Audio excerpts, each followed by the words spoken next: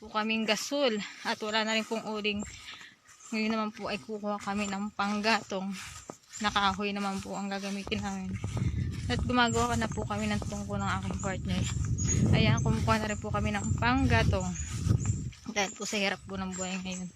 At napakamahal po ng mga bilihin. Kailangan po natin magtipid ngayon.